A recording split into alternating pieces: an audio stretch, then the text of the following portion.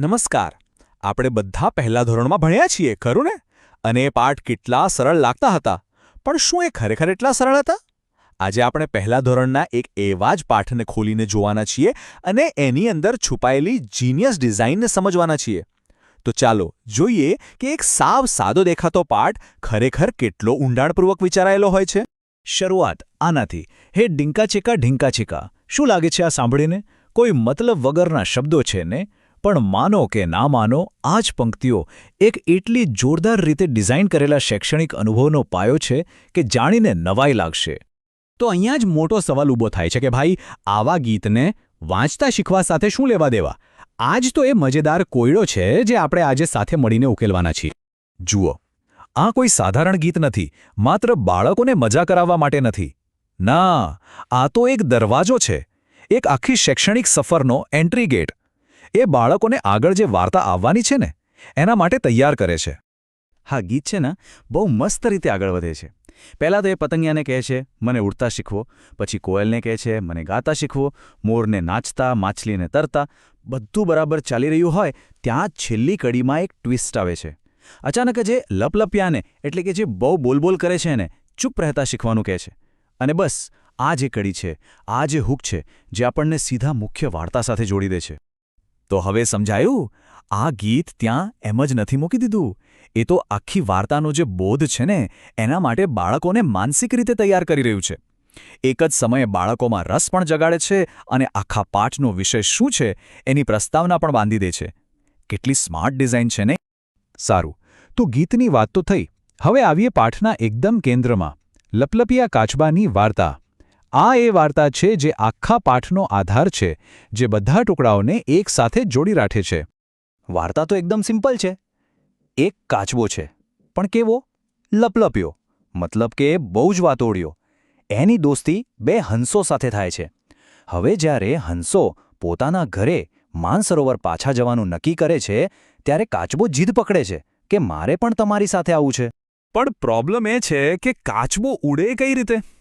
એટલે હંસો એક જોરદાર આઈડિયા કાઢે છે. એક લાકડી લે છે, બંને હંસો એને છેડેથી પોતાની ચાંચમાં પકડી લે છે અને કાચબાને કહે છે કે તું વચ્ચેથી એને મોડાથી પકડી લે. પ્લાન તો સેટ છે, પણ એની સાથે એક બહુ જ જરૂરી શરત છે, અને આ શરત જ આખી વાર્તાનો જીવ છે.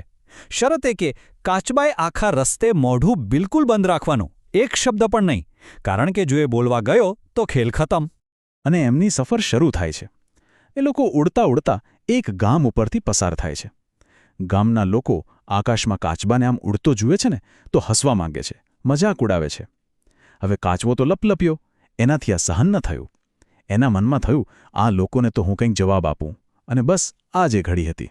અને જેવું એણે જવાબ આપવા માટે મોઢું ખોલ્યું કે તરત જ લાકડી મોઢામાંથી છટકી ગઈ અને કાચબો સીધો નીચે જમીન પર. ધડામ!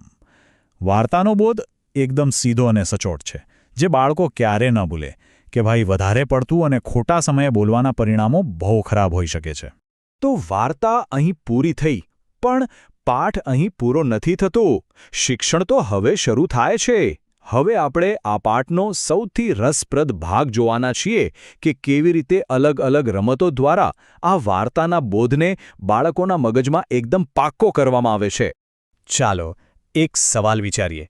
બાળકોએ વાર્તા સાંભળી તો લીધી, પણ એમને બરાબર સમજાઈ છે કે નહીં એની ખાતરી કઈ રીતે કરવી? જવાબ છે રમત. ચાલો જોઈએ કે આ કેવી રીતે કામ કરે છે. ઓકે, તો એક રમત છે ખરું કે ખોટું. બહુ સિમ્પલ. ટીચર વાર્તાને લગતું એક વાક્ય બોલે.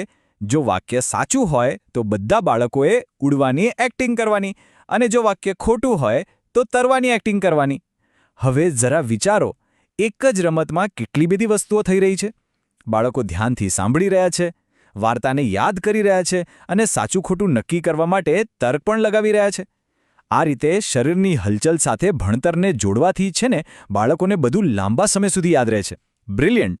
અને વાત અહીં અટકતી નથી. ઉપરથી જુઓ તો એકદમ સાદી સૂચના લાગે, જેમ કે આ શબ્દ પર ગોળ કરો.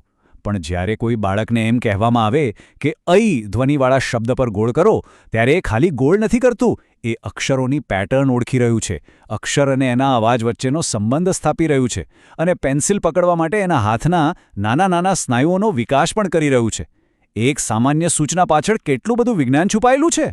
આ પાઠ તો આ મજેદાર સાધનોથી ભરેલો છે, જેમ કે લ અવાજ આવે તો તાળી પાડો, ટ અવાજ આવે તો ચપટી વગાડો. આનાથી ફોનેટિક્સ શીખાય છે. પછી વાર્તાની ઘટનાઓને લાઇનમાં ગોઠવવાની રમત, જેનાથી તર્ક અને યાદશક્તિ વધે છે. અને પેલી રમત તો યાદ જ હશે, એક મિત્રની હથેળી પર અક્ષર લખવાનો અને એને ઓળખવાનો. આ બધું મળીને ભણતરને એટલું રસપ્રદ બનાવી દે છે કે બાળકોને ખબર પણ નથી પડતી કે એ લોકો ભણી રહ્યા છે.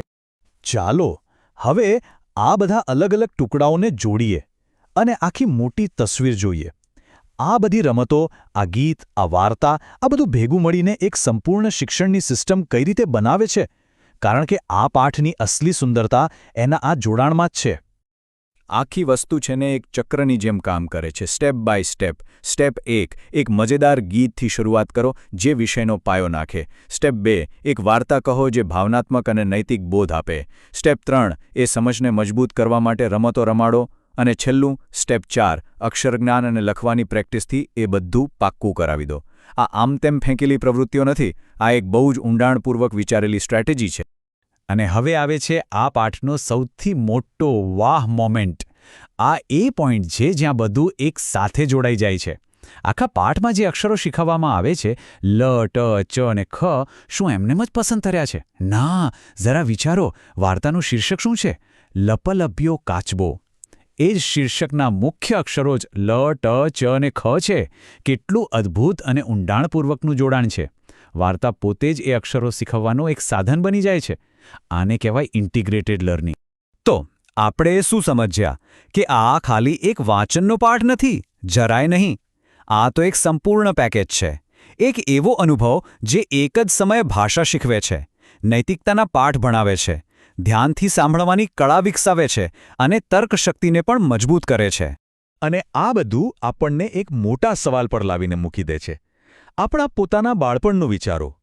એવા કેટલા પાઠ હશે, કેટલી કવિતાઓ હશે, કેટલી રમતો હશે જે આપણને ત્યારે સાવ સાદી લાગતી હતી, પણ હકીકતમાં એની પાછળ પણ આવી જ કોઈક જીનિયસ શૈક્ષણિક ડિઝાઇન છુપાયેલી હશે? કદાચ દરેક ટ્વિંકલ ટ્વિંકલ લિટલ સ્ટાર પાછળ પણ કોઈક મોટું વિજ્ઞાન છે? આ વિચાર સાથે જ આજે અહીં અટકીએ છીએ. ફરી મળીશું.